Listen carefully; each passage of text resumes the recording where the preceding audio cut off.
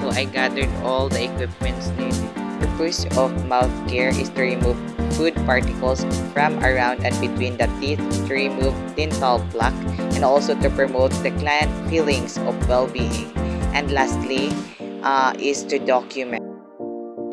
For the assessment, you need to determine the extent of the client's healthcare abilities, assess the client's usual mouth care practices.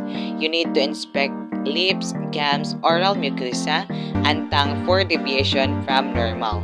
And also you need to identify presence of oral problems such as tooth caries, halitosis, gingivitis, and loose or broken teeth. And you need to check if the client has bridge work or wears dentures. If has the client dentures, ask if any tenderness or soreness is present, and if so, the location of the areas for ongoing assessment. Assess safety concern. If client requires thickened liquids, this needs to be carried out for the orange water for oral care. Some clients may have oral piercing. You need to ask the client what hygienic measures are needed for the care of the piercing.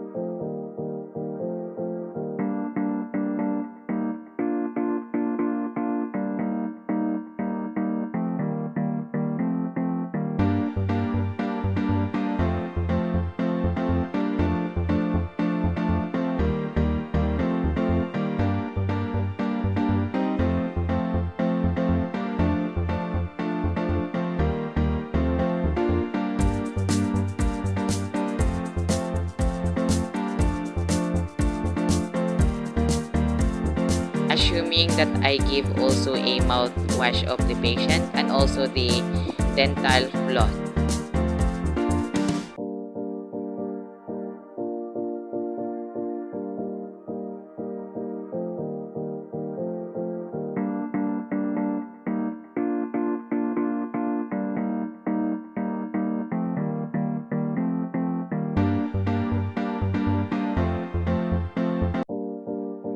Good morning, ma'am. I am Isidro L. Asintista II, your student nurse at Foundation University.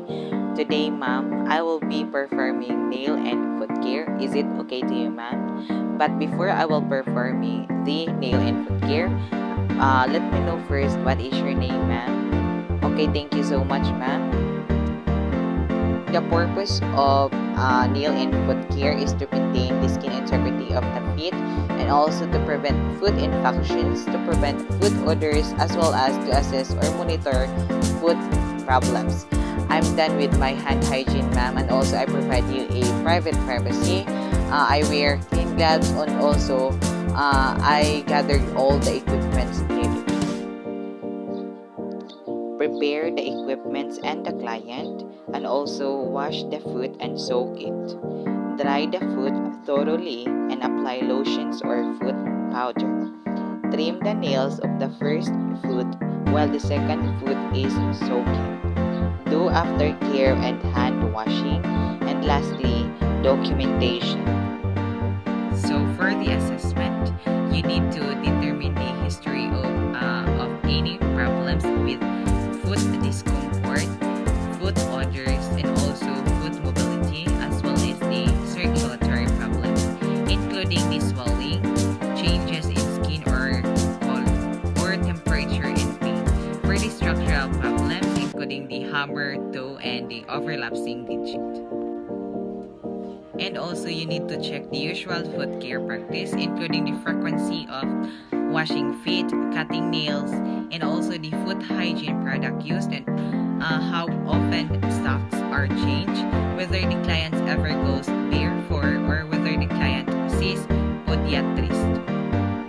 So first is you need to check the skin surface for cleanliness, odor, dryness, and attractiveness, and also each foot and toe for size, shapes, or presence of lesions, including the corn, callus, wart, and rash, and then check the areas of tenderness and ankle of edema.